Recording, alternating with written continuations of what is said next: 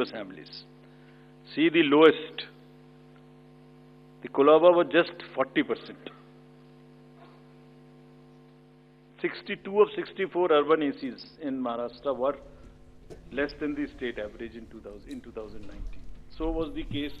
तो ये बड़ी खबर आपको बता रहे हैं। देखिए, महाराष्ट्र में इंतजार की घड़ियां खत्म हो गई हैं। 20 नवंबर को चुनाव कराए जाएंगे, यानी मतदान होगा 20/11/2024 को। सिंगल फेज में महाराष्ट्र विधानसभा चुनाव 2024 कराए जाएंगे और उसके ठीक 3 दिन बाद 23 नवंबर को वोटों की गिनती यानी काउंटिंग होगी। ये बड़ी खबर आपको महाराष्ट्र विधानसभा चुनावों से जुड़ी हुई बता रहे हैं। आप सुन रहे थे, इलेक्शन कमीशन जो है लगातार प्रेस कॉन्फ्रेंस कर रहा है, जानकारी साझा कर रहा था। और इसी बीच बड़ी खबर यह कि सिंगल फेज में महाराष्ट्र का चुनाव होगा और 20 नवंबर को वोट डाले जाएंगे। सभी 288 विधानसभा सीटों पर सिंगल फेज में वोटिंग होगी और उसके ठीक 3 दिन के बाद 23/11/2024 को परिणाम सबके सामने होंगे। बहुत बड़ी खबर सुदर्शन न्यूज सबसे पहले आपको बता रहा है।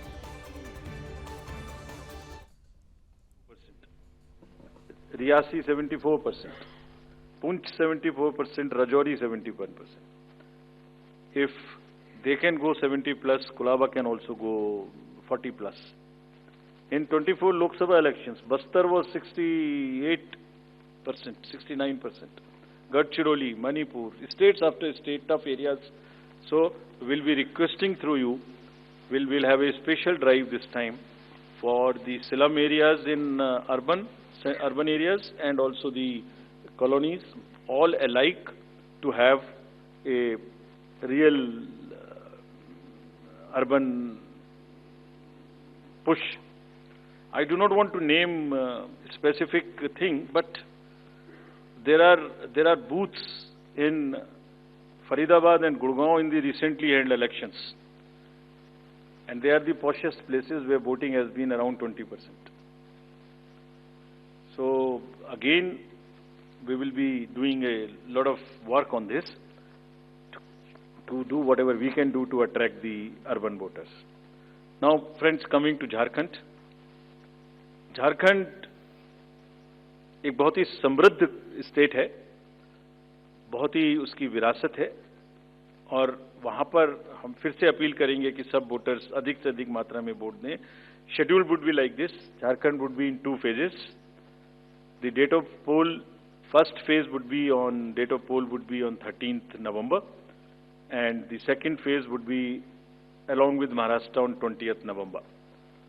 So the date of issue of notification for Jharkhand phase 1 would be 18th and for phase 2 would be 22nd along with Maharashtra. Nominations for phase 1 would be till 25th of October and for phase 2 29th. This slide we will share with everyone. And date of poll would be 13th November and 20th November, both Wednesdays. And date of counting would be 23rd 11, that is Saturday. With this, we end our presentation with the request that through you, that all the voters of Jharkhand and Maharashtra कृपया बाहर आइए, कृपया vote करिए। लोकतंत्र के उत्सव में आपकी भागीदारी कि हम बहुत ही रिक्वेस्ट करते हैं, अपील करते हैं आपसे। Thank you very much. So bye. So we will come back. We'll come back. Okay. Sorry. By elections also. By elections. तारीखों का ऐलान हुआ है। देखिए, बड़ी खबर आपको बता रहे हैं। जहां महाराष्ट्र की अगर बात की जाए तो सिंगल फेज में मतदान किया जाएगा। 20 नवंबर को वोटिंग होगी और 23 नवंबर को परिणाम सामने आएंगे। और वहीं झारखंड में अगर बात की जाए तो 2 चरणों में वोटिंग होनी है। 13 और 20 नवंबर को वोटिंग झारखंड में की जाएगी। और वहीं अगर परिणामों की बात की जाए तो 2 चरणों में वोटिंग झारखंड में होने वाली है। यह बड़ी खबर आपको बता रहे हैं। पिछली बार की अगर जिक्र करें तो 5 चरणों में यहां विधानसभा के चुनाव किए गए थे झारखंड में। इस बार 2 चरणों में वोटिंग झारखंड में कराई जा रही है। वहीं अगर महाराष्ट्र की बात की जाए, सिंगल फेज में चुनाव है। 20 नवंबर 20/11/2024 को वोटिंग होगी और 23 नवंबर 23/11/2024 को परिणाम सामने आएंगे। यह बड़ी खबर आपको बता रहे हैं। अगर पिछले बार की बात महाराष्ट्र की जाए तो सिंगल फेज में पिछली बार भी मतदान हुआ था। 21 अक्टूबर को 2019 को वोटिंग हुई थी और उसके बाद 24 अक्टूबर 2019 को परिणाम आए थे। लेकिन इस बार एक महीना ठीक 30 यानी 29 दिन के बाद 20 नवंबर 2024 को यानी अगले महीने की 20 तारीख जो है नवंबर में उसको चुनाव होना है। महाराष्ट्र में बहुत कम समय शेष रह गया है, एक महीने का वक्त महाराष्ट्र विधानसभा चुनाव के लिए और 23 तारीख को जो है परिणाम महाराष्ट्र विधानसभा चुनाव के सभी के सामने होंगे। राजीव कुमार मुख्य चुनाव आयुक्त संबोधित कर रहे थे, प्रेस कॉन्फ्रेंस कर रहे थे, पत्रकार वार्ता में उन्होंने जानकारी दी है महाराष्ट्र और झारखंड दोनों ही जगहों पर किस तरह से जो है चुनाव कराए जाएंगे। 2 फेसेस में होंगे, 13 और 20 तारीख को जो चुनाव है वो होगा झारखंड में। यह बड़ी खबर आपको बता रहे हैं। वहीं महाराष्ट्र की अगर बात की जाए तो महाराष्ट्र में एक चरण में चुनाव होगा।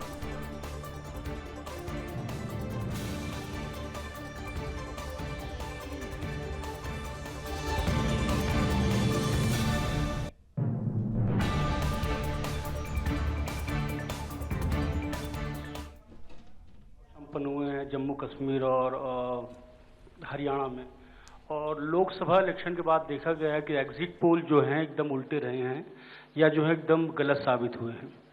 और इसको लेके पब्लिक में सवाल ये उठता है कि एग्जिट पोल में तो सरकार इनकी बन रही है और नतीजा उल्टा है, उस पर ईवीएम पे सवाल उठाए जाते हैं, जिसकी शिकायत आपसे कुछ पार्टियों ने करी थी, जिनका एग्जिट पोल में ये था कि सरकार बन रही है और जब ईवीएम का रिजल्ट आया तो सरकार बदल गई। तो इस तरह के एग्जिट पोल को लेकर आपका क्या कहना है, क्योंकि सवाल जब उठते हैं तो आपकी तरफ से जो है बाहर नहीं आता है कि क्या इलेक्शन कमीशन सोच रहा है इस पे? Last row, madam was raising the hand. Please. Yes. So just wanted a clarification for the assembly constituencies and parliamentary constituency by polls. So it's Wayanad and Nanded, the 2 parliamentary constituencies voting, right? Yes. Yes, yes. There is a EP. There is a EP pending. Yeah. Gentlemen in the, yes, please. Sir, I am Sandeep Rajgolkar from TV9 Marathi. मेरा सवाल ये है, जो अभी जो सरकार में जो पॉलिटिकल पार्टीज है उनको अब मिले, अपोजिशन को भी मिले, उन्होंने मांग की थी, जो पार्टी अभी सरकार में है उन्होंने मांग की थी कि एक फेज में ही वोटिंग हो, और अपोजिशन ने तब टीका पर की थी उन पर कि 2 या 3 फेज में होना चाहिए। तो उनकी मांग थी इसलिए किया क्योंकि छोटा हो के भी झारखंड में वहां पे 2 फेज है और महाराष्ट्र में 1 ही फेज है। We have gentlemen in the first row, please. Good evening sir. सामने सर। मोहित दुबे, न्यूज नेशन से हूं सर। मेरा सवाल ये है कि ईवीएम को लेके पहले भी आपने बयान दिया है, लेकिन एक बार फिर से ईवीएम को लेके शिकायतें विपक्षी दलों ने हरियाणा को लेके की है, बैटरी को लेके शिकायत की गई है। तो आप हमेशा ये कहते रहे कि निष्पक्षता के साथ हम चुनाव करवाते रहे, तो ऐसे लोगों को आप क्या जवाब देंगे, ऐसे लोगों को आप क्या कहेंगे जो ईवीएम को लेके आपसे शिकायत करते हैं और इस बार बैटरी को लेके शिकायत की गई है? तो पहले इतने प्रश्न जवाब दे देता हूँ। पहला प्रश्न था डीजी महाराष्ट्र के बारे में। सो DG's appointment in any state is governed by the procedure where the name of the senior most officers are sent to the UPSC. UPSC selects the person, and there is a Honorable Supreme Court decision on this in Prakash Singh's case. तो बड़ी खबर देखिए, अब झारखंड से आपको बता रहे हैं, झारखंड में 2 चरणों में चुनाव होगा।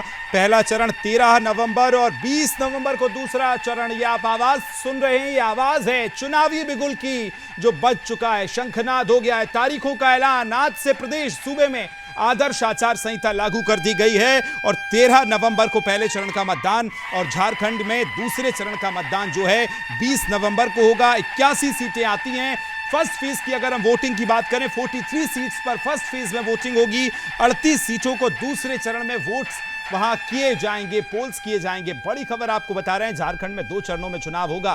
पिछले 19 की बात की जाए, 5 चरणों में झारखंड में चुनाव हुआ था और इसके बाद 24 में 2 चरणों में चुनाव आयुक्त ने, ये राजीव कुमार जी आप सुन रहे थे, उनको संबोधित कर रहे प्रेस कॉन्फ्रेंस में, पत्रकारों के सवालों के जवाब देते हुए तमाम सवालों पर ईवीएम, बैटरी कितने ही सवाल, सभी के जवाब राजीव कुमार दे रहे हैं। लेकिन बड़ी खबर, और सुदर्शन की टीवी पर आप देखेंगे दोनों तरफ आपको, एक तरफ महाराष्ट्र, एक तरफ झारखंड, हर एक बड़ा अपडेट चुनाव से लेकर हर एक खबर आप तक नहीं छूटेगी, इसका वादा हमारा है। मतदान 20 नवंबर, परिणाम 23 नवंबर। आप देख रहे हैं महाराष्ट्र को, महाराष्ट्र में, और इस तरफ अगर आप देखेंगे तो झारखंड की अगर हम बात करेंगे तो 13-20 नवंबर 2 चरणों में मतदान होगा। कुल 81 सीटें झारखंड में आती हैं, 288 सीटें आती हैं महाराष्ट्र में, और वहीं अगर बात की जाए 145 पर बहुमत होता है। तो बहुत महत्वपूर्ण तारीखों के ऐलान कर दिए गए हैं।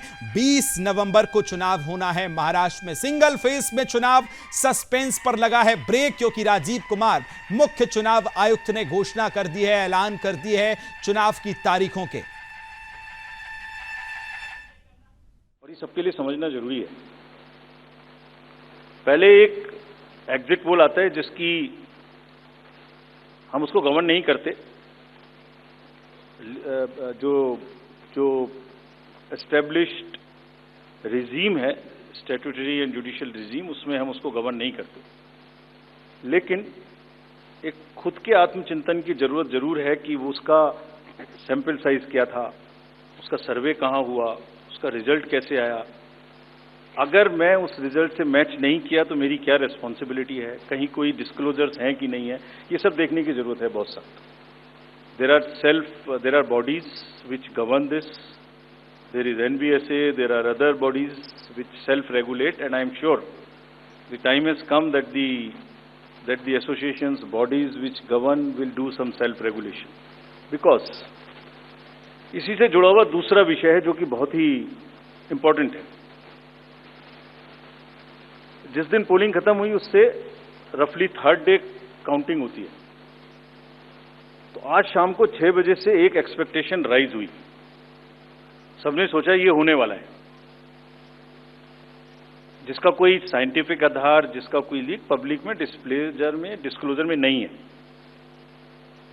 जब काउंटिंग का समय शुरू होता है तो 8:05 और 10 से रिजल्ट्स आने शुरू हो जाते हैं, जिस नॉनसेंस।